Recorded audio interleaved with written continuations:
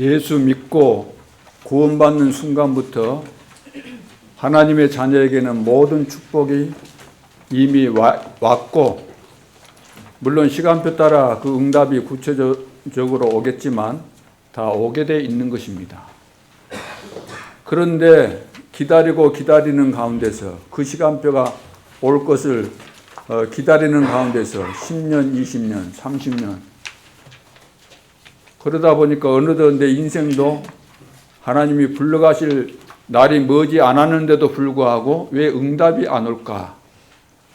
자, 이렇게 생각하신 분도 계시겠지만 거의 그것조차도 생각 안 하신 분들도 많이 있을 것으로 생각되지만 왜 된다는데 이렇게 안 되냐 그 말이에요. 왜 안 될까요? 구원 받았는데, 복음 받았는데 그 이유는 한 가지입니다. 기도가 안 된다는 거죠. 기도만 되면 될 텐데 사단은 절대로 복음 못 받도록 방해하고, 복음 받아가지고 구원 받았으면 그 구원은 취소시킬 수 없기 때문에 그것은 방해할 수가 없죠. 그런데 구원 받고도 이제는 축복은 못 받고 간신히 살다가, 어렵게 살다가, 가난하게 살다가, 힘들게 살다가 죽어서 천국이나 가도록 이렇게 실패시키는 전략이 성도들이 기도 못하게 하는 겁니다. 그래서 어떻든 육신적으로 이런 핑계 저런 핑계 돼가지고 기도를 안 하게 되어지고, 이것이 옛날부터 예수 믿기 전부터 가졌던 체질인데 예수 믿은 다음에도 안 바뀌고 그대로 가다가 다 실패하는 거죠. 지금 코로나 시대를 맞이해서 작년부터 시작된 것인데 이제 1년이 지나갔죠. 코로나 시대를 맞이해서 가짜들이 제일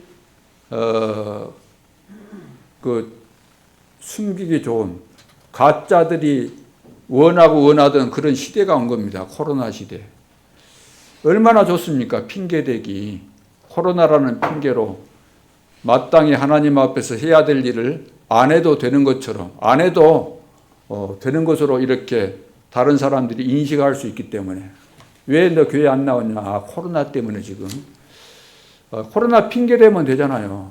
왜 너 새벽기도 안 나왔지? 아, 코로나 때문에. 조심해야 되니까. 어느 교회에 예배를 드리는데 확진자가 거의 다녀갔다는 겁니다. 그런데 조사를 다 해봐도 그것이 확진자로부터 그 전염이 안 됐어요. 왜 안 됐는가 살펴봤더니 다 마스크를 했다는 겁니다.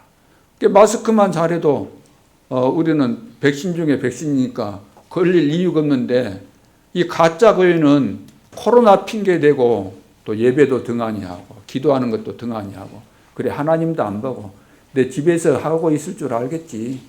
집에서 그냥 할 줄 알겠지. 목사님도 하나님도 그렇게 알고 있지 않을까. 집에서 안 하고 있으면서 이렇게 합리화시키면서 그러는데, 혹시 우리 가운데는 그런 것이 없으리라고 생각이 되지만, 혹시 이런 것 때문에 갈등이 있다고 한다면 오늘 갈등을 다 없애시고, 또 이런 것에 속은 자가 있다고 한다면 정신 바짝 차리는 그런 시간표가 될 수 있기를 바랍니다. 우리 임마누엘 예수교회는 세계 복음화 해야 될 거 아닙니까? 이거 하나님의 뜻이니까.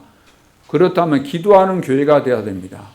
새벽마다 우리 중직자들 중심으로 전 성도가 나와서 마가다락방에서 일어났던 그 모습을 우리가 늘 생각하면서 그런 교회가 되도록. 기도 안 해도 될 교회는 없어요. 기도 안 해서 결국은 다 교회 문 닫는 겁니다. 그리고 기도하는 그 자체가 행복이 돼야 되지, 노동으로 생각하고 새벽에 나와서 기도할 거 생각하면 앞이 캄캄하고 살맛이 안 나고 밥맛이 툭 떨어지고 그러면은 그건 아니겠죠. 우리 교회는 하나님과 함께하는 이런 비밀, 이 축복, 이 행복을 회복하는 그런 교회가 되어야 되겠습니다. 오늘 6월절을 통해서 다시 한번 그 의미를 깊이 깨닫는 시간이 되어야 되겠습니다. 서론에서 세계 복음화의 비밀입니다. 세계 복음화. 지금 전 세계는 실제로 어렵습니다. 뭐 한두 가지가 어렵겠습니까? 이것저것 할 것 없이 모든 부분에 총체적으로 어렵습니다. 부자 나라 선진국이라 할지라도 몇 사람, 소수의 사람만 그 부를 누리고 있는 것이지 대부분 다 가난합니다. 후진국 뭐 말할 필요가 없는 거죠. 어려움 중에서도 제일 어려운 것이 가난이 아니겠는가 그러면 이러한 때 우리가 어떻게 세계 복음화 할 수 있을까? 첫째는 그 시작을 어떻게 해야 될까? 시작은 증거를 가지고 시작을 해야 돼요. 증거가 있어야 됩니다. 증거. 무슨 증거입니까? 내적인 증거, 외적인 증거, 그리고 비밀 10가지. 이것을 가지고 시작을 해야 되는데 이 증거가 없이 시작하려고 하니까 안 되는 거죠. 그러니까 종교생활하는 교회들은 이 증거가 없기 때문에 결국은 다 문 닫게 되어 있는 거죠. 그러면 우리가 가져야 될 증거가 무슨 증거입니까? 내적인 증거. 다시 말해서 우리는 하나님께서 구원받는 순간에 서밋으로 이미 세우신 겁니다. 너희들은 앞으로 서밋으로서 세계 복음화 할 하나님의 자녀요 전도자다. 이 축복을 이미 주신 거죠. 영적 서밋. 영적 서밋 속에서 기능 서밋, 문화 서밋. 그러니까 우리는 서밋이에요. 이미 하나님이 서밋으로 정해놨고 서밋의 축복 속에 들어왔습니다. 구원받는 순간에. 그러니까 나의 위치가 서밋의 위치에 있다는 이 정체성을 우리가 알지 못하고 세계 복음화 하려고 하니까 세계 복음화 할 수가 없죠. 내 정체성이 서밋이라는 이 축복된 위치에 있다는 사실을 모르고 있기 때문에 세계 복음화가 내 마음에 와 닿지를 않는 겁니다. 그래서 이 내적인 이 증거, 내가 세계 복음화의 주인공이다. 나는 전도자다. 시대 살린 나는 렘넌트다. 자, 이런 정체성이 분명해야 되는 거죠. 이것이 되어져야만 오직 유일성 재창조의 응답이 오게 되어 있는데 그것이 바로 외적인 증거입니다. 그리고 10가지 비밀이 뭘까요? 10가지 비밀이 성경 66권에서 말씀하고 있는 렘넌트가 그 시대마다 그 위기시대, 재앙시대, 망해야 되는 그 시대에 어떻게 렘넌트는 살아남았습니까? 이 10가지 비밀을 가지고 그 첫째가 뭡니까? 독립이다 그랬잖아요. 내 혼자 어디에 있든지, 노예로 있든지, 누명 쓰고 감옥에 있든지, 도망을 다니든지 상관없다는 겁니다. 왜? 하나님이 나와 함께 하시기 때문에. 그래서 10가지 쭉 말씀을 이제 했기 때문에 이것을 다 오늘 말씀드릴 수 없는 것이고, 그래서 이 내용들을 가지고, 그래, 나는 하나님의 자녀다. 세상 끝날까지 너희와 항상 함께 할 것이다. 약속하신 대로 임마누엘의 축복 속에 내가 있지 않습니까? 하나님이 나와 함께 하시고 우리와 함께 하시니까 모든 일 속에 하나님이 역사하시니까 원리스 될 수밖에 없죠. 이것을 찾아내라는 거죠. 이것을 찾아내서 생활화가 돼야 돼요. 생활화. 이것을 반드시 잊지 말고 내 영혼 속에 각인돼 가지고 내가 누구인가 어떤 상황을 만나도 나는 이 시대를 살릴 서밋이다. 하나님이 나와 함께 하신다. 하나님은 나에게 이미 오직 유일성 재창조의 축복을 준비하셨다. 자, 이런 시작이 바로 이겁니다. 이것이 안 돼 있는데 어떻게 우리가 영적인 싸움하고 이 세상에서 승리하겠습니까? 생각부터가 저버리면 실패할 수밖에 없죠. 그래서 세계복음화의 비밀이 시작이 바로 이런 것이고, 기준이 뭐죠? 기준은 부활 메시지입니다. 부활 메시지 봐보세요. 모든 족속으로 만민에게 땅끝까지 또 내 어린 양을 먹이라. 이 내용들을 볼 때 하나님께서 부활하신 주님이 함께 하신다는 겁니다. 너희와 함께 하겠다. 또 보좌에 계시면서도 제자들과 함께 역사하셨다. 성령 충만 받으면 권능을 받게 된다. 성령 하나님이시잖아요. 그 능력을 주시고 함께 하셔서 땅끝까지 내 증인 되게 할 것이다. 이것이 우리의 기준입니다. 내가 할 수 없어요. 나는 불가능하지만 절대 가능하신 그분이 나를 통해서 나와 함께 절대 가능의 이 계획 속으로 하나님께서 약속하신 언약 속으로 끌고 들어가서 성취되도록 완성되도록 정복되도록 하신다. 그러니까 이 부활 메시지 기준은 모든 성도들에게 다 필요한 거죠. 어느 나라에도 다 이것이 맞는 이야기입니다. 2000년 전에 말씀하셨는데 지금 이 시대에 딱 맞잖아요. 모든 족속 만민. 요즘은 너무나도 우리가 실감이 나지 않습니까? 세계가 지금 옛날 같으면 막 까마득하게 우리가 생각했을는지 모르지만 생각해보세요. 우리가 20년, 30년, 40년 50년 전에 우리가 이런 세상에 올 것을 상상이나 해봤어요? 상상이나? 근데 2000년 전에 하나님은 이렇게 말씀하셨고, 2000년이 뭡니까? 처음부터 말씀하신 거, 처음부터. 그래서 세계 복음화의 비밀은 시작을 그렇게 해야 되고, 기준이 이겁니다. 하나님이 전능하시고 그분이 살아계시고 그분이 지금도 역사하시는데 하나님이 이 사실을 믿는 나와 함께 하시기 때문에 다 된다는 거죠. 방법은 뭘까요? 방법은 아무렇게나 하면 되는 것이 아니고 복음적인 방법으로, 그리고 전문성을 가지고, 그리고 시대에 맞는 방법을 가지고 하라는 겁니다. 그래서 하나님은 미리 우리에게 다 주셨잖아요. 언약을 주셨잖아요. 미리. 언약이 비전이 되고 드림이 되고 이거 이미지가 되고 프랙티스, 실천하다 보니까 작품이 될 수밖에 없죠. 미리 우리는 본자입니다. 가졌습니다. 미리 다 하나님께서 주셨고 그랬으니까 가졌고 누리고 정복하고 성취해 가는 거죠. 이것이 CVDIP. 그리고 6가지 도구, 어떻게 이런 축복을 우리가 누릴 것인가, 다 하나님께서 주셨기 때문에 그 방법 가지고, 전략도 하나님이 주셨지 방법도 다 주셨습니다. 그런데 우리는 일시적으로 될 듯한 이 세상 방법을 가지고 하려고 하니까 그것이 몇 조금 가겠어요. 처음에는 될 듯 했는데 세상적인 방법 가지고 해보세요. 안 돼요. 안 되게 돼 있는 겁니다. 우리는 시공간을 초월해서, 시대를 초월해서 되어질 수밖에 없는 하나님의 영원한 전략, 방법 다 주셨습니다. 이런 비밀을 가지고 세계복음화 해야 되겠습니다. 오늘 6월절인데 이스라엘의 최고 절기가 6월절입니다. 그리고 이스라엘은 절기 중심의 신앙생활을 했죠. 430년간 노예 생활을 하던 애굽에서 해방된 감격의 날이 바로 6월절입니다. 그리고 세계에서 가장 오래된 절기가 바로 6월절인데 3000년이나 지켜온 절기죠. 그리고 이 6월절은 국가에서 축제일로 공식 제정된 절기입니다.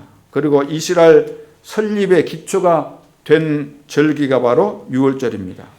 그래서 6월절에 담긴 구원의 깊은 의미를 살펴보면서 우리의 신앙을 견고히 할 수 있는 기회로 삼아야 되겠습니다. 본론에서 6월절의 의미입니다. 첫째, 6월절의 기원. 어디서부터 6월절이 시작되었는가? 이스라엘이 430년 동안의 종살이를 끝내고 애굽에서 빠져나온 날이 6월절이라 그랬죠. 그러니까 하나님의 10가지 재앙을 내려가지고 바로가 항복하게 만들고 빠져나올 수 없는 애굽에서 빠져나오게 되는, 출애굽하게 되는 그 날이 바로 6월절입니다. 그러면은 왜 이스라엘이 애굽에서 430년 동안 종살이를 하게 되었을까? 왜 그랬을까요? 그 이유를 알아야만 하나님께서 그 속에서 구원하신 그 의미를 알게 되죠. 6월절의 진정한 의미를 깨닫게 되는 것입니다. 자, 이 점을 우리가 밝히지 않는 한 6월절의 의미는 희석될 수밖에 없죠. 6월절의 의미가 굉장히 중요한 내용인데 이 부분에 대해서 정확히 이해 못하면 여기에 숨겨져 있는 축복을 다 놓치게 되는 겁니다. 성경을 보면은 애굽이 강해서 이스라엘이 노예가 되어버렸지 않는가 이렇게 생각할 수 있겠지만, 애굽이 물론 강하긴 강했지만 강한 것 때문에 이스라엘 백성들이 노예된 것이 아닙니다. 야곱의 후손 70명이 기근을 만나가지고 그 당시 애굽에만 쌀을 살 수 있었기 때문에 쌀 사러 내려갔다가 거기서 누구를 만나게 됩니까? 요셉을 만나게 되고, 그렇게 해서 이제 애굽으로 내려가게 되어지는데, 어떻게 해서 종이 되어 버렸을까요? 어떻게 해서? 시간이 지나다 보니까 그냥 종이 된 겁니까? 요셉이 죽고 나니까 그냥 자동적으로 노예가 되어버린 겁니까? 그렇게 이해할 수 있지만 그렇게 이해하는 것보다 성경에 보면은 그 원인에 대한 답이 분명히 나오고 있습니다. 창세기 15장에 보면은 미리 말씀하셨죠. 하나님이 이상 중에 아브라함에게 나타나셔서 말씀하셨는데 아브라함아 두려워 말라 나는 너의 방패요 너의 지극히 큰 상급이니라. 자, 이때 아브라함이 뭐라고 합니까? 하나님 만일 당신이 저의 방패요 상급이라면은 저에게 과연 무엇을 주시겠습니까? 저는 자식이 없습니다. 저의 상속자는 다메섹 엘리에셀이 되기를 원합니다. 자, 이렇게 이야기했어요. 그러나 하나님은 아브라함의 몸에서 날 자가 자라서 후사가 될 것이라고 말씀을 하셨죠. 하나님이 하늘의 뭇별들을 보여주시면서 내 자손도 이와 같이 될 것이다. 그때 아브라함이 그 사실을 믿었다 그랬어요. 근데 하나님이 다시 또 말씀하십니다. 내가 누구냐? 이 땅을 내게 주어 업으로 삼게 하려고 갈대아 우르에서 이끌어낸 여호와가 아니냐. 이렇게 이제 아브라함에게 이야기하니까 아브라함이 뭐라고 합니까? 하나님이 이 땅을 저와 제 후손에게 주셔서 업을 삼게 하실 것을 어떻게 믿을 수 있습니까? 이렇게 질문합니다. 하나님께서 나에게 약속하신 그 축복, 이 업을 그렇게 될 것을 무엇으로 내가 믿을 수 있겠습니까? 이렇게 말했을 때 아브라함의 질문에 하나님은 이런 말씀하십니다. 3년 된 암소와 3년 된 암염소와 3년 된 수양과 산비둘기, 집비둘기를 잡아서 제사할 것을 명령하시죠. 그래서 하나님 앞에 이제 드리는 제사는 어떻게 드려야 되죠? 이제 짐승을 잡아가지고 각을 뜨고 내장을 다 이제 뭐 드러내고 이제 쪼개가지고 다 드러내야 되잖아요. 그런데 아브라함은 그때 제사를 지낼 때 그 과정을 정확하게 안 한 겁니다. 양, 염소, 예를 들어 이것은 그렇게 각을 했어요. 그런데 무엇은? 산비둘기, 집비둘기는 거기에 정확하게 안 뜬 이유는 말하지 않았지만 우리가 추측해 볼 때 이 귀찮아가지고 이거 가르거나 그거 안 한 거 아닌가? 각을 떠야 돼요. 떠야 돼. 그래서 피를 내야 되는 겁니다. 굉장한 의미가 있는 것인데 이것을 제대로 이해 못했다는 거예요, 아브라함이. 그때만 해도 이것이 뭔가를 이해 못한 거예요. 예를 들어서 우리가 이제 바닷가에 살기 때문에 시골에서 보면은 이제 그 바다에서 그 생선 잡아오면은 밖에서 이제 회를 떠가지고 먹잖아요. 그러면 큰 것은 회 뜨기가 좋으니까 하는데 작은 것은 회 안 떠요. 그냥 송송송 썰어가지고 먹는 것처럼. 저는 그 생각이 나더라고요. 귀찮으니까 새 쪼개려면 얼마나 또 그래요. 큰 거 쪼갤 때는 수월하게 할 수 있지만 작은 것은 귀찮기도 하고 번거롭기도 하고 해가지고 안 해도 되겠지. 그리 생각했을 수도 있는 거죠. 자, 그런데 이제 제물 위에다가 자꾸 이제 제물을 드렸는데 제물 위에 뭐가 날라오죠? 솔개가 날라옵니다. 그래서 아브라함이 막 쫓아버리고 그런 일들이 성경에 보면 기록이 되어 있습니다. 그래서 해질녘에 아브라함이 이제 지쳐서 잠이 들었는데 창세기 15장 12절에 보니까 캄캄함이 임함으로 아브라함이 심히 두려워했다 그래서요. 캄캄함이 임함으로 두려워했다 그래서요. 두려워했다. 두려움이 왜 찾아왔을까요?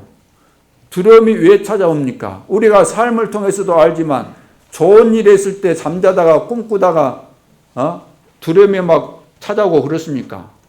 아니죠. 우리가 뭔가 잘못된 것이 있거나 또 실수했거나 또 죄를 짓고 숨겼거나 그랬을 때 두려움 이런 것이 찾아오는 것이지 잘했는데 무슨 두려움이 찾아오고 그렇습니까? 그래 않죠. 그러니까 아브라함이 나름대로 하나님이 시키신 대로 제사를 드리기는 했지만 뭔지 모르게 시킨 대로 안 했다는 어떤 죄책감 내지는 그런 것들이 있었다고 볼 수가 있는 거죠. 그때 하나님이 엄중한 목소리로 말씀하셨습니다. 너는 정령이 알라. 내 자손이 이방에서 객이 되어 그들을 섬기겠고 그들은 400년 동안 내 자손을 괴롭게 하리니 그 섬기는 나라를 내가 징치할지며 그 후에 내 자손이 큰 재물을 이끌고 나오리라. 창세기 15장 13절로 14절에 보면 그런 내용이 나옵니다. 결국 아브라함이 애굽에서 430년간 종살이하게 되는 이유는 바로 여기에 있습니다. 아브라함이 잘못된 제사를 드린 것 때문에 하나님께서 가르쳐 주신 바른 제사를 드리지 않은 이유 때문에 이스라엘 백성들이 애굽에 내려가서 종이 되고 거기에서 400년 동안, 정확하게 말하면 430년 동안 종살이를 하게 된 것입니다. 그러면 두 번째 아브라함의 잘못, 창세기 이제 방금 15장 1절로 14절 내용인데 예배 실패는 예수 그리스도의 피를 경홀히 여길 때 여긴 잘못된 제사로부터 오게 되는 것이죠. 다시 말해서 하나님 앞에 그 제사를 하나님께서 가르쳐 주신 대로 해야 되는데 이것에 빗나가면 안 된다. 빗나가면은. 자, 하나님 앞에 제사할 수 있는 동물은 소, 양, 염소와 비둘기 이렇게 제한되어 있습니다. 그리고 그 제사 드리는 방법은 가죽을 벗기고 배를 갈라서 내장과 정경에는 물로 씻어야 되는 거죠. 그리고 쪼개가지고 쪼갠 고기를 번제단에 올려놓고 불로 제가 될 때까지 태우는 겁니다. 그래서 그 향기를 하나님께 올리는 거죠. 자, 그렇게 드린 제사만을 하나님이 받으시는 거죠. 그런데 아브라함은 다른 동물은 다 쪼갰지만 산비둘기, 집비둘기는 작기 때문에 쪼개지 않은 거죠. 다시 말해서 번제물은 예수 그리스도를 예언합니다. 그가 우리의 죄를 지고 십자가상에서 완전히 죽어주신 그 희생을 인해서 우리가 구원을 받게 된 거죠. 그러므로 아브라함의 행위는 부분적으로나마 그리스도의 이 피의 대속을 부인한 처사가 된 것입니다. 피를 통한 대속의 제사는 하나님이 이제 임재하는 거죠. 그러면 이제 사단은 결박될 수밖에 없고 마귀는 떠나가는 것이죠. 그런데 아브라함이 잘못된 제사를 드리고 있었기 때문에 솔개가 재물을 먹고자 이제 날아다니는 거죠. 왔다 갔다 하면서. 이거 무슨 말입니까? 잘못된 제사를 드림으로 마귀가 그 제사를 받고자 한다는 겁니다. 그러면 그게 무슨 뜻입니까? 고린도전서 10장 20절에 보면은 대제 이방인의 제사하는 것은 귀신에게 하는 것이요 하나님께 하는 것이 아니니 이는 너희가 귀신과 교제하는 자 되기를 원치 아니한다 그랬습니다.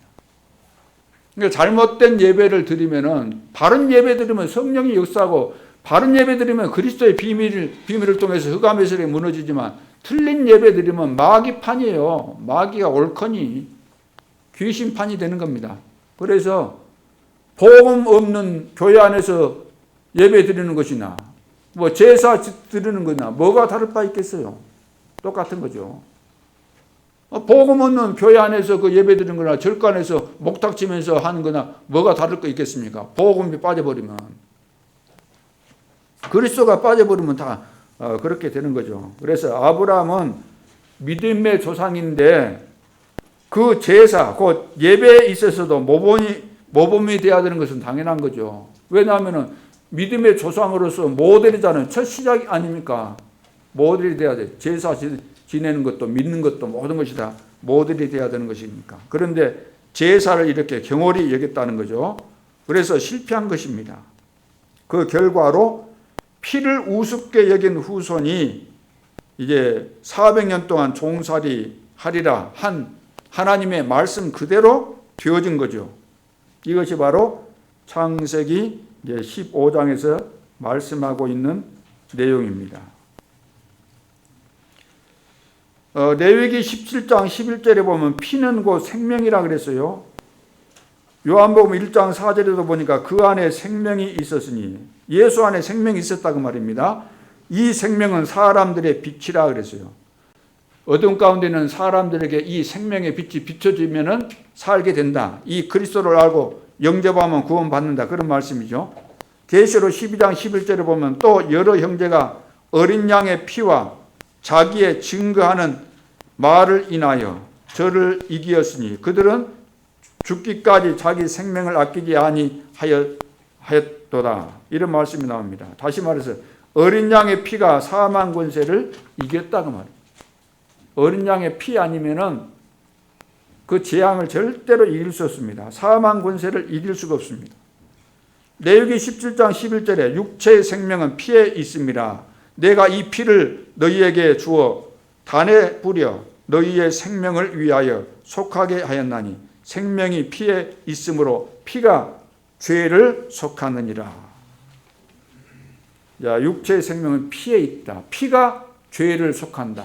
피, 아무 피나 되는 것이 아니고 어린 양의 피, 하나님께서 정해준 그 제물로 인한 피, 다시 말해서 그리스도의 피, 십자가의 피, 다 이루었다고 하셨던 그 십자가상에서 희생제물 대신 그 피가 아니면은 절대로 우리는 죄와 저주 가운데서 사망 권세에서, 지옥 권세에서, 마귀 권세에서, 운명 사주팔자에서 절대로 빠져나올 수 없습니다.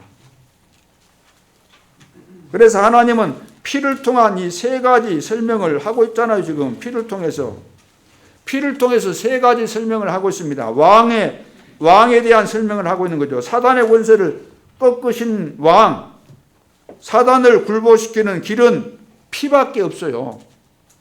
제사장, 죄를 사할 수 있는 방법인데 피는 생명이 있기 때문에 사망을 잡아먹지요. 그래서 로마서 8장 2절에 이는 그리스도 예수 안에 있는 생명의 성령의 법이 죄와 사망의 법에서 해방하였느니라. 피가 없이는 이 사망에서 빠져나올 수가 없는 겁니다. 아벨은 성령의 인도를 받으면서 이 피를 알고 양을 잡아서 희생 제사를 드렸던 거죠. 그리고 선지자는 뭐죠? 하나님 만나는 길이잖아요. 피의 제사를 통해서만 하나님을 만날 수 있습니다. 그러니까 지금 이 피 이야기는 누구를 이야기합니까? 왕, 선지자, 제사장, 앞으로 오실 참 선지자, 참 제사장, 참 왕 대신 그리스도를 지금 설명하는 예표입니다. 그림자와 같은 거죠. 자, 이와 같이 피제사는 그리스도의 세 가지 사역에 관한 비밀들이 담겨져 있습니다.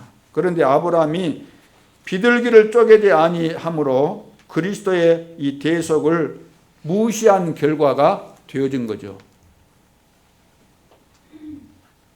자, 그러면 세 번째, 언약을 무시한 사람들이 받은 재앙. 자, 예수 그리스도의 피를 무시한 사람들이 받은 재앙이 이제 성경에 나와 있는데 함입니다. 함. 가나안의 후손이 받을 저주죠. 함, 가나안의 후손이 받을 저주. 자, 노아에게는 세 아들이 있었습니다. 세 아들 이름이 뭐죠? 셈, 함, 그리고 야벳입니다. 자, 방주에서 나와가지고 노아가 뭘 했죠? 포도 농사를 짓고 어느 날 이제 포도 이제 따가지고 수확해가지고 그 포도주를 만들어서 이제 마셨는데 또 술이란 것이 한 잔 마시면 또 두 잔 마시고 싶고 이래가지고 아주 기분 좋게 마셨는지 이제 술에 취해가지고 장막 안에서 이제 하체를 드러내고 있는데 그 아들 함이 가서 그것을 보고 그 수치를 좀 이리 가려주면 좋을 텐데 동네방네 떠돌아다니면서 우리 아버지가 술 취해가지고 옷도 다 벗고 그러고 있더라. 그런데 이제 그 셈과 또 야벳이 들어와서 보고는 뒷걸음질해서 수치를 이래 가르쳐줬잖아요. 술 깬 다음에 이 사실을 알고 아버지가 이제 함을 저주하게 됩니다. 그리고 야벳과 이 셈을 축복하는 그런 내용이 나오죠. 근데 함이 저주를 받았는데 본인이 받은 것이 아닙니다. 누가 받았다 그랬어요? 가나안이 받았어요. 가나안. 그러면 가나안은 누굴까요? 함의 후손입니다. 분명히 잘못은 노아가 했는데, 노아가 했잖아요. 노아가 왜 술을 마시고 술 취해가지고 그리 했냐고. 술을 안 마셨으면 그래 안 됐을 텐데. 잘못은 노아가 했는데, 그런데 왜 함이 저주를 받았냐 그 말이에요. 굳이 따지기로 한다면 오늘날 모든 사람들이 따지기 좋아하잖아요. 늘 유튜브에 엄청 나올 겁니다. 어찌 그게 맞냐 그러면서 요즘을 한다면 노아가 잘못했는데 왜 함이 바른 말 했는데 왜 그것이 죄가 되고 왜 함이 저주받냐 그렇게 따질 거 아닙니까? 근데 그리스도를 무시했기 때문입니다. 누가? 함이. 아니 목사님 함이 어디 그리스도를 무시한 겁니까? 또 이렇게 물을 수 있을 겁니다. 근데 노아라는 사람은 그리스도는 아니지요. 그리스도는 아닌데 구약 성경은 다 그리스도 중요한 절기, 성막, 성전 또 중요한 이 사람들 성경에 나와 있는 구원에 대해서 설명하고 있는 중요한 사람들은 모세로 해서 요셉 할 것 없이 전부 다 그리스도에 대해서 지금 그 시대에 하나님께서 주시는 메시지입니다. 예언입니다. 그래서 노아는 그리스도는 아니죠. 그러나 구약 성경에 나타난 하나님이 사용하신 신앙의 사람은 단순한 사람이 아닙니다. 그래서 그리스도를 그 시대에 예표하는 사람들이기 때문에 다 그 중요한 메시지가 그 속에 숨겨져 있는 거죠. 그래서 노아는 그 시대에 그리스도를 대신한 왕이었습니다. 노아가. 그리고 그 시대에 그리스도를 대신해서 하나님 앞에 제사함으로 백성의 죄를 사하는 제사장 역할을 했습니다. 그리고 노아는 하나님의 말씀을 전하고 알리는 선지자였죠. 그렇기 때문에 그가 잘못한 일에 대해서 비방하는 것은 곧 그리스도를 무시하는 처사가 된다는 것이죠. 그래서 함과 그의 후손은 저주를 받았습니다. 출애굽기 20장 3절 4절에 보면은 광야에서 하나님은 십계명을 주셨죠. 십계명을 주시면서 하나님을 잘 믿고 섬기면은 자손 1000대까지 복을 받고 잘못 섬기면 어떻게 한다 그랬어요? 3, 4대까지 저주를 받게 될 것이다. 이렇게 말씀하셨습니다. 자, 불신앙이 무엇입니까? 불신앙이. 그리스도의 보혈을 무시하는 것이 불신앙입니다. 그래서 그 신앙과 불신앙은 자손 1000대까지 복을 받기도 하고 3, 4대까지 저주를 받는 그 기준이 뭐냐면은 그리스도의 비밀, 이 복음, 피의 비밀을 얼마만큼 바르게 이해했느냐 이것이죠. 그래서 십계명 이것도 그 하나님 사랑, 사람 사랑이잖아요. 그리스도 안에서 되어지는 그런 내용들입니다. 축복이죠. 그리스도가 빠진 가운데서 그 십계명이라는 것은 있을 수가 없는 거죠.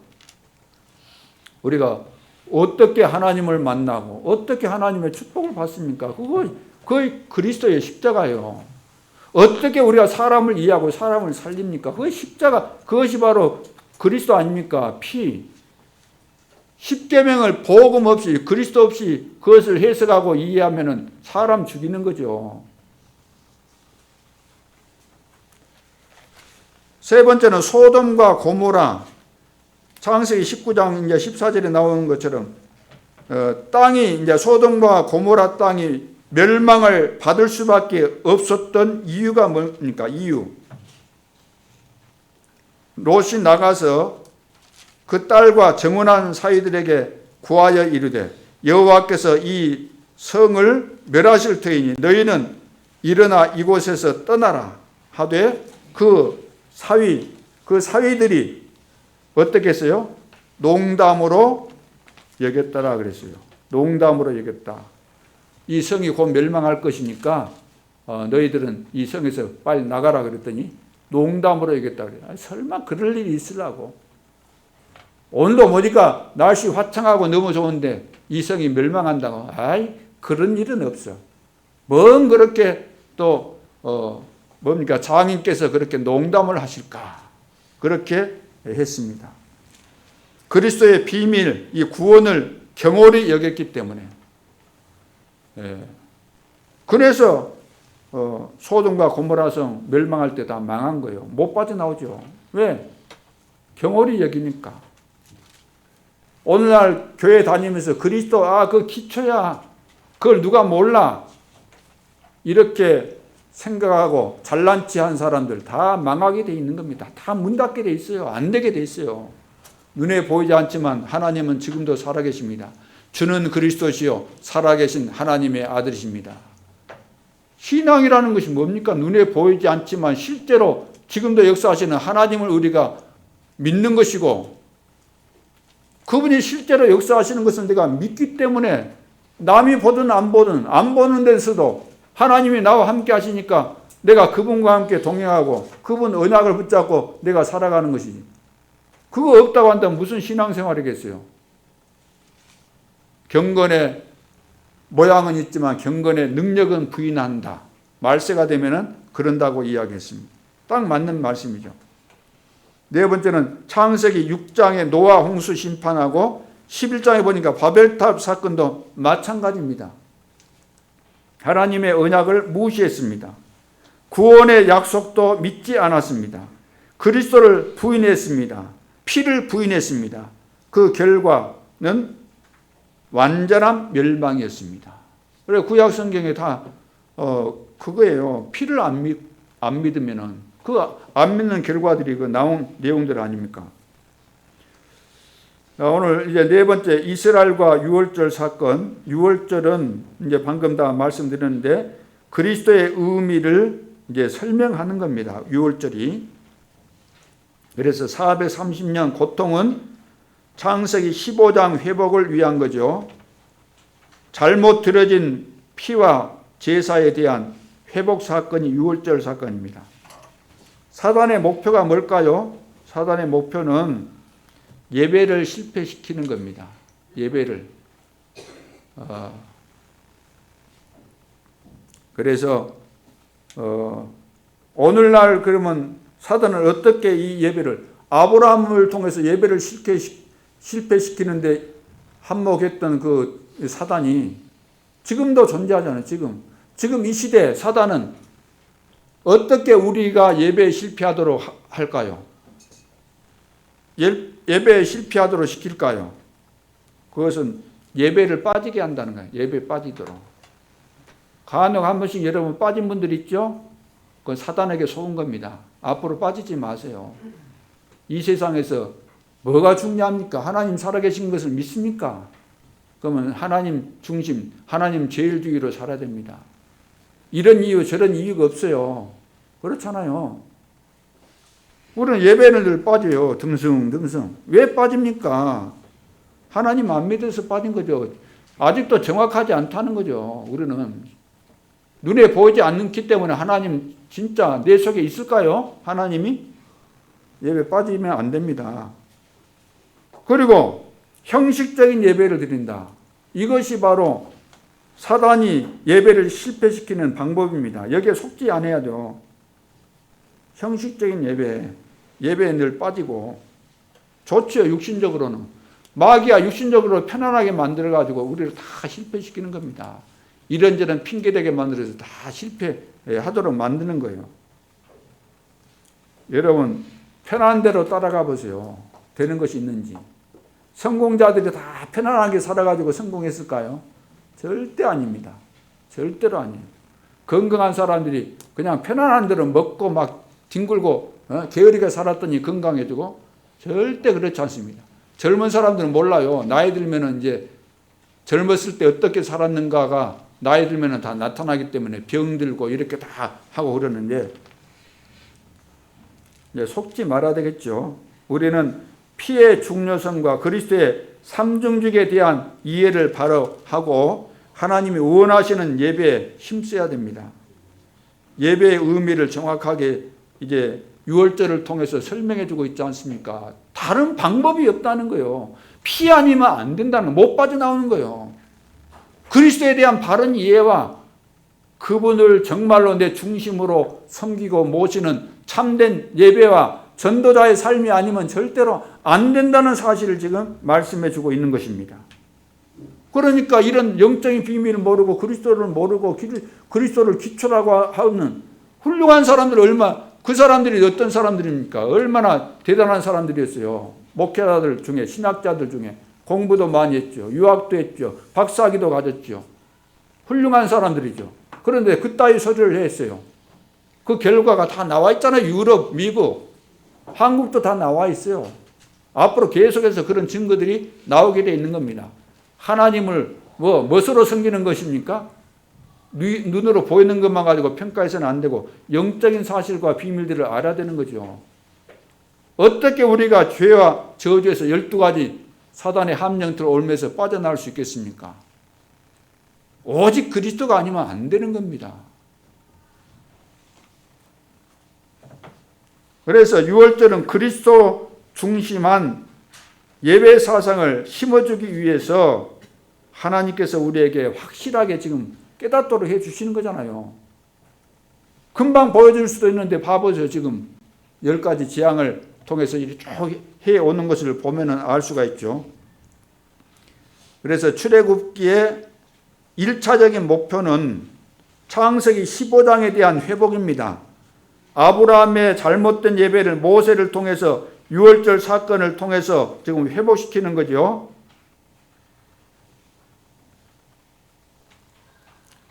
그래서 우리 중에 더러 예배에 빠지거나 늦거나 예배 시간에 늦는 사람이 있어요. 늦거나 하는 이런 분들은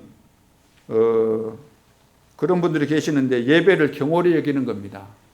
늦지 마세요. 왜 늦습니까? 여러분, 내가 예를 들어 10시 반에 예배인데 집에서 10시에 출발했는데 교통이 복잡해져 갖고 와서 보니까 10시 반이 넘었다. 또 다음에 또 그랬어요. 그러면은 인간 같으면은 사람 같으면은 어떻게 해야 되겠어요? 10시에 출발했는데 늦었다 그러면 10시 10분에 10시니까 9시 50분 아니면 9시 40분 좀 빨리 출발하면 될 거 아니에요. 그것을 몰라서 그럴까요? 그 생각을 못해서 늘 그런다고 보십니까? 못해서? 그런 사람은 한 사람도 없어요. 왠지 모르게 이것이 습관적이다 이 말은 잡혔다는 이야기예요. 예배의 중요성을 아직 모르고 있다는 거예요. 그런 형식적인 예배 보러 오는 겁니까? 예배 보러? 미리 와서 기도하고 그리 해야 되잖아요. 오늘 무슨 바쁜 일도 없을 텐데 이왕 예배 드리러 오려면은 빨리 나와가지고 기도도 하고 그리 하셔야지. 그러니까 우리가 근본적으로 안 되는 이유는 여기에 있는 겁니다. 기도에서 응답받고 그것은 두 번째고 근본적으로 지금 예배에 대한 이해가 안 됐다는 거예요. 유월절에 대한 비밀이 안 깨달아진 거예요. 유월절의 비밀이 안 깨달아지면 빠져나올 수가 없어요. 사단의 손에서.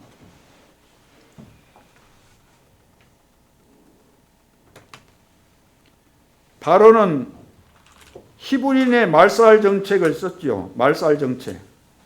사내 아이가 태어나면 다 죽이라 그러죠. 다 죽이라. 나일강에다 던져라. 이스라엘의 피의 의미를 모르니까 죽는 아이들을 보면서 이 사실을 깨달으라는 겁니다. 유월절의 비밀. 이 비밀을 못 깨달으면 다 죽는다. 자식들도 다 죽는다. 그만큼 피의 의미가 중요하다는 겁니다. 그리스도의 비밀이. 이 땅에 재앙 저주가 왜 오는 겁니까? 왜 교회가 문 닫겠어요? 교회 본질이 그리스도인데, 그리스도의 비밀을 모르는데 교회 다닌다고 구원을 받겠어요? 구원을 못 받았는데 영적인 축복이 나에게 임할 수도 없는 것이고 될 수 있는 것이 없는 거죠. 그리고 이제 애굽에 내린 10가지 재앙이 있는데 이것이 모두 다 우상이고 종교에 대한 하나님의 심판입니다. 하나님의 심판. 그래서 피재앙은 나일강의 신을 하나님께서 심판하신 것인데, 나일강이라는 것은 애굽인에게 있어서는 생명의 젖줄이죠. 그리고 우상의 근거지입니다. 그 나일강을 하나님은 일시에 죽음의 강으로 만들어 버렸습니다. 어떻게? 피바다가 되어가지고. 그리고 개구리 재앙은 풍요와 다신의 신인데 하나님께서 심판하신 것이고, 이 재앙은 흙의 신인데 심판하신 것이고, 파리 재앙은 나일강의 신 오시리스의 아내인데 이것도 심판해버린 거고, 악질 재앙은 염소의 모양을 한 애정과 기쁨과 하늘의 여신인데 이걸 뭐 하도루 이렇게 말하는데 이거 다 심판하신 거예요. 독종 재앙, 이거 뭐냐면은 의술의 신인데 다 이름이 있어요. 이름 다 말해도 여러분 기억 못 하시니까 이걸 심판하신 것이고, 우박 재앙은 뭐죠? 하늘의 여신입니다. 이걸 다 하늘의 여신, 그리고 대기의 신, 이런 걸 다 심판하신 거죠. 메뚜기 재앙, 메뚜기들로부터 애굽을 보호하는 신, 그 신을 하나님께서 심판하신 내용이고, 흑암 재앙은 태양신을 심판하신 것이고, 장자 재앙, 이것은 애굽의 모든 신들에 대한 심판을 말하는 것입니다. 그래서 본래 종교라는 것은 마귀가 하나님을 믿지 못하도록 만들어내는 것, 마귀가 하나님을 믿지 못하도록 하나님 아닌 다른 것을 대체시켜가지고 거기에 걸려들도록 속임수를 쓴 것인데, 여기에 다 걸려들어가지고 그래서 종교생활을 하는 거예요. 막연하게 하나님 찾잖아요. 하나님은, 우리가 섬기는 하나님은 막연한 하나님 아니에요. 정확한 하나님이시지. 그런데 종교를 가지고 사람이 다 죽어도 마귀는 끄떡하지 않습니다. 오히려 좋아하지요. 그래서 바로의 손에서 벗어나게 하는 것은 피지 종교가 아닙니다. 애굽의 그 어떤 종교로도 안 된다 그 말이에요. 알라는 겁니다. 오직 피로서만 된다. 너희들은 지금 종교에 속고 있다.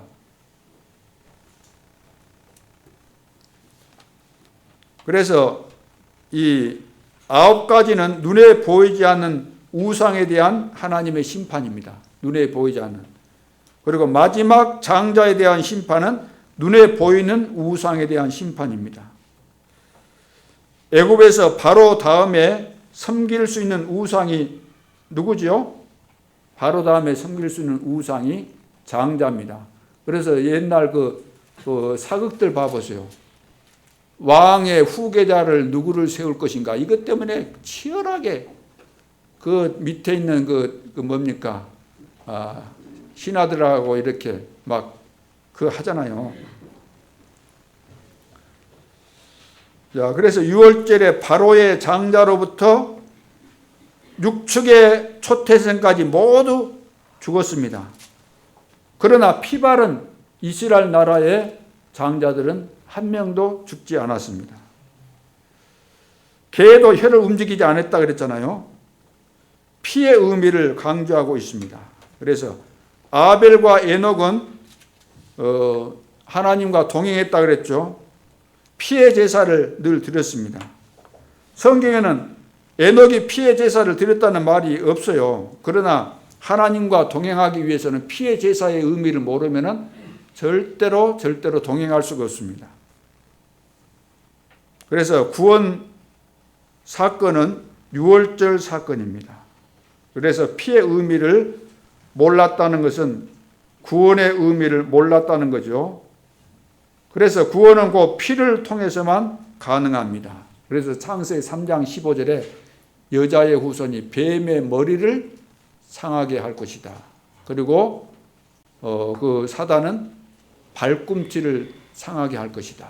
발꿈치를 상하게 한다. 이거 십자가 사건이고, 발꿈치를 상했는데 그 사건을 통해서 뱀의 머리통이 완전 박살난다 그 말이에요. 피로 인해서.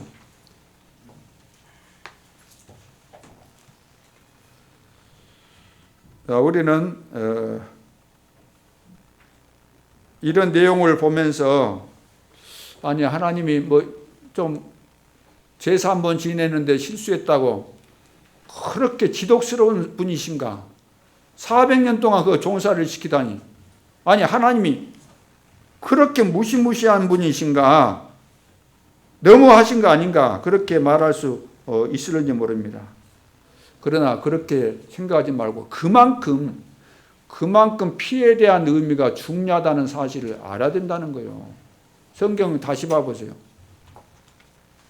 하나님은 그렇게 중요하게 여기서 계속해서 집중적으로 계속해서 처음부터 끝까지 그 이야기를 강조하고 있는데, 오늘날 교회는 성도들은 이 복음, 이 그리스도의 비밀을 그냥 한 번 알았으니까 다 아는 것처럼 이렇게 쉽게 여기고 우습게 여기고 내 멋대로 그냥 머리 굴리면서 인본주의 잘 쓰고 살면 될 줄 알지만 안 되는 겁니다. 그것이 되면 얼마든지 환영하고 다 그것으로 하면 되겠지만 안 되는 거예요. 그렇지 않습니까?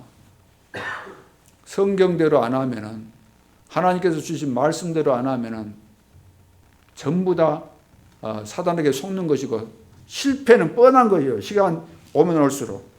지금 코로나 시대를 통해서도 우리가 어떤 면에서는 좀 바보처럼 느껴질 수 있어요. 왜 이렇게 융통성이 없냐 이렇게 느껴질 수도 있지만 그렇지 않습니다. 우리는 언약 안에서 이럴 때일수록 하나님 바라보면서 언약 붙잡고 가면은 하나님은 분명한 증거를 주십니다. 우리는 꼭 생각 속에 그래요. 내가 오늘 10만 원어치 일했으니까 그 대가 받는 것이 당연한 거잖아요. 우리는 그렇게만 늘 계산해요. 그렇게만. 근데 우리는 짓지 않은 데도 들어가고 심지 않은 데서 거두고, 하나님은 다 그렇게 하신다 그랬어요.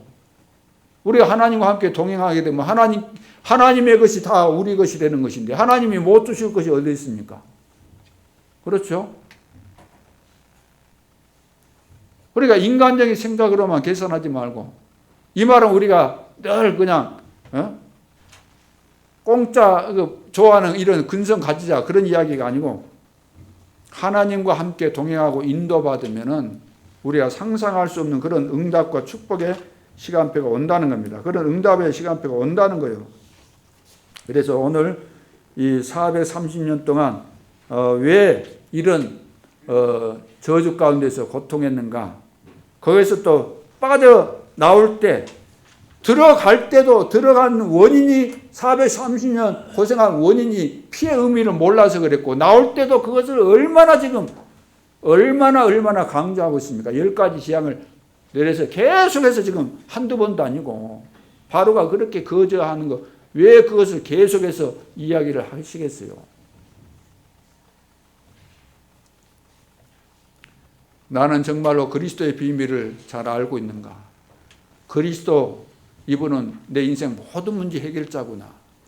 이제부터 나는 그리스도 안에서 살아야 되겠다. 인생의 결론을 내리고 결단을 내리고 나는 언약 속에서 이 흐름 따라 살아야 되겠구나. 이렇게 결단 내리고 올인하지 않으면 끝까지 같이 갈 수가 없습니다. 왜냐?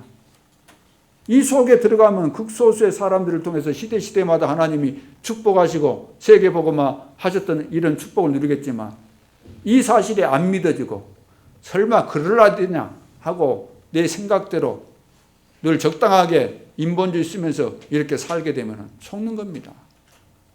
우리 임마누엘 예수교회는 세계복음화를 위해서 하나님께서 준비하신 교회고 모델 교회이기 때문에 우리는 본부교회. 그렇죠? 본부교회. 하나님께서 이 시대에 주신 말씀을 따라가는 교회가 본부교회예요. 따라가야 돼요. 주신 말씀을 따라서 우리는 가야 돼요. 죽어도 가야 돼요. 이제 결론 딱 나와서 상관없어야 돼요. 죽음도 상관없어야 돼요. 우리는 기도했던 거 손으로 내야 쥐어야만 응답이라 그러는데 아닙니다. 위기도 응답이고 죽음도 응답이고 실패도 응답이고 언약의 흐름 속에 있는 것이 맞다면 응답이에요. 노예로 가는 그것도 응답이고, 누명 쓰고 감옥에 있는 것도 응답이고, 도망 다니도 응답이고. 맞습니까? 하나님이 나와 함께 하시기 때문에 그게 바로 응답인 거예요. 그러니까 어떤 상황에 있어도 우리는 행복한 거예요. 주님이 나와 함께 하시니까. 오늘 이 언약으로 새로운 인생 시작이 될 수 있기를 주님의 이름으로 축원합니다. 마지막 이제 결론으로, 그래서 우리는 미리 준비해야 돼요. 미리 다 받았으니까, 다 이미 받았고 하나님의 시간표가 올 것이기 때문에 그 올 것을 대비해서 미리 준비하라는 거죠. 무엇을 준비해야 될까요? 미리 서밋 훈련을 하라는, 서밋 훈련. 우리는 서밋이니까 서밋이 되려면 가장 중요한 것을 바르게 이해해야 되는데 이해가 안 되니까 이걸 훈련하라고, 훈련. 여러분, 예수가 그리스도, 근본 문제 3가지, 그리스도 안에서 우리가 구원받은 자의 축복 7가지, 이런 거 한 번 들으면 다 이해됩니까? 안 됩니까? 이해 다 될 거 아닙니까? 근데 이해는 되지만, 알고는 있지만, 실제로 내 삶 속에서 어떤 급박한 상황이 왔을 때 그것이 적용되다고 하면, 누려지냐고 하면 안 된다는 거예요. 그래서 복음이 무엇인가, 기도가 무엇인가, 말씀이 무엇이고, 전도가 무엇이고, 선교가 무엇인가, 이런 훈련이 돼야 된다는 거예요. 그래서 이런 훈련들을 앞으로 이제 지교회에서 또 우리 조별로 또 모이면은 늘 이거 해야 돼요. 이것이 시간 낭비가 아니고 이거 한 만큼 우리에게 유익이 되는 것이잖아요. 이거 되어버리면 어떤 상황에서도 사단에게 속지 않고 하나님이 인도하시는 인도를 정확하게 받을 수밖에 없는 것인데, 이 기본이 안 돼 있으면은 우리가 축복을 줘도 놓쳐버린다는 거죠. 기본이 안 돼 있으면 간수를 못 하니까. 다 줬으면 뭐합니까? 호주머니 넣고 다니는데 쓰리고 소매치기가 금방 빼가버려도 모르는데, 받아가 가지고 있으면 뭐 할 겁니까? 써보지를 못하는데. 그래서 이 훈련이 돼야 됩니다. 두 번째는 미리 누려야 됩니다. 미리 누리는 거. 하나님만 할 수 있는 것이 있어요. 하나님만 할 수 있는 거. 아무도 할 수 없는, 하나님만 할 수 있는 것. 138, 하나님만이 할 수 있는 것. 이 속에 있으면 다 되는 것. 138 속에 있으면 다 됩니까? 안 됩니까? 이 속에서 62가지 전도자의 삶이 다 나오게 되어 있습니다. 9가지, 7가지, 5가지, 이 속에 다 들어있는 거예요. 하나님만이 할 수 있는 이 속에 들어왔다 그 말이에요. 우리가 이 속에 모든 것이 다 들어있습니다. 이것이 처음부터 있었던 거예요. 처음부터. 하나님이 처음부터 계셨잖아요. 사도행전 1장 1절, 예수가 그리스도고 하나님이 처음부터 계셨잖아요. 하나님의 나라. 하나님이 가시는 곳에, 하나님이 역사하는 곳에 하나님의 나라. 하나님이 이 우주 만물을 창조하셨고 하나님이 다스리시는데 하나님의 나라. 지금 사단이 장악하고 있는 것 같지만 간단하게 우리는 이길 수 있어요. 이미 승리하신 그리스도 안에서 성령 충만 받으면 다 끝나는 거죠. 그래서 처음부터 있었고 영원히 있는 것이고 지금도 있고 계속되는 것이고 본래 주신 것이고 그리스도 안에서 완성되는 것이지요. 그래서 우리는 위의 것, 하나님의 것을 말하죠. 언약을 말하죠. 위의 것이 땅에 이루어지는 것. 이 언약을 내 것으로 잡으라. 내 것으로. 이미 하나님께서 가지고 계셨고 우리에게 주신 거, 이것을 내 것으로 잡고 살아가라 그 말이에요. 이것이 미리 누리는 겁니다. 그러니까 우리는 하나님의 자녀고 전도자니까 안 망해요. 무슨 일이 있어도. 망할 것 같은 그 문제에 걸려들지 말고 안 망해요. 요셉이 구덩이에 던졌는데 죽어야 될 상황인데 안 죽어요. 하나님이 거기서 건져내는 계획을 가지고 계시니까. 그러니까 다시 끄집어내서 노예로 팔잖아요. 노예로 팔려가면 거의 다 죽을 거 아닙니까? 그래도 안 죽어요. 왜냐? 애굽에 가서 세계복음화 해야 될 것으로 이미 하나님이 계획해 놓으셨으니까. 그렇다면 노예로 팔려가도 가면서도 내는 안 죽을 것이니까 누려야 될 거 아닙니까? 누우면서도 감옥에 가도 누리고.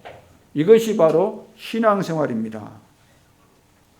마지막 세 번째, 미리 세팅을 하는, 미리 세팅. 응답 받을 것이니까 준비를 하라는 거죠. 우리는 세계 복음화 할 것이니까 세계 복음화 할 만한 그릇을 준비하라는 겁니다. 세계 복음화 할 만한. 밥을 타러 가면서 종지기 가지고 밥 타러 갑니까? 거기에 맞는 그릇 준비를 해야 되죠. 237 복음화를 위해서, 치유를 위해서, 서밋을 위해서 이런 시스템을 만들라는 겁니다. 이런 교회당을 만들라는 거예요. 그래서 가나안 땅 들어가기 전에 세팅된 자만 들어가게 되는데 12명의 정탐꾼을 보내놨더니 어떻게 돼요? 10명이 절대로 안 된다는 거예요. 하나님은 다 준비하시고 가서 보고를 하는데 2명만 된다 그랬어요. 세팅이 안 된 거예요. 믿음의 세팅이 안 된 거예요. 가나안 땅을 정복해서 가나안 땅을 차지하고 누릴 수 있는 세팅이 안 된 거예요. 마음 자세부터가. 그래서 하나님이 38년 동안 광야에서 삥삥 돌려가지고 다 죽였어요. 10명 정탐꾼하고 그 불신앙하고 그 백성들 다 죽이고 광야에서 태어난 2세들, 렘넌트들 언약으로 훈련시켜가지고 같이 들어간 사람이 누구예요? 어른 중에? 여호수아와 갈렙만 들어갔다는 거예요. 믿음으로 세팅된 사람만. 내가 살고 있는 지역을 어떻게 살려요? 내가 하나님이 주었기 때문에 내 것이라고 믿고 내가 그 땅을 밟고 순회하고 점검하고 관찰하고 살피고 어떤 사람이 문제 있는지 이런 걸 다 살피고 그렇게 해서 답을 주고 이것을 해야만 이것이 이미 그 지역을 장악할 수 있는 세팅이 됐다는 거예요. 세팅. 우리가 식당에 가도 요즘은 좋은 식당 되면은 결혼식 할 때도 봐보세요. 세팅 됐어요, 안 됐어요? 딱 세팅해 놓고 들어가면 바로 먹잖아요. 세팅이 다 됐어요. 하나님은 다 준비하셨기 때문에 그걸 알고 미리 준비하는 우리 임마누엘 예수교회 될 수 있기를 주님의 이름으로 축원합니다. 기도드리겠습니다. 하나님 은혜를 감사합니다. 어떤 위기 상황 앞에서도 어떤 문제와 실패 속에서도 우리는 겁나지 않는 이유가 이미 그리스도께서 승리하셨고 그리스도의 비밀을 알고 그리스도께서 실제로 나와 함께 하시고 그분이 영원토록 나를 인도하시고 세계 복음화 하실 것이 분명하기 때문에 오늘부터 이 사실을 믿고 어떤 환경과 상황, 조건 이런 것들 때문에 속지 않게 도와주시고 믿음으로 일평생 하나님을 기쁘시게 해드리고 가는 발걸음마다 언약 성취의 증거들 일어나게 하시고 후대가 살아나고 시대의 재앙을 막는 전도자로 승리할 수 있도록 역사에 주옵소서. 지금도 살아계신 주 예수 그리스도 이름으로 기도하옵나이다. 아멘.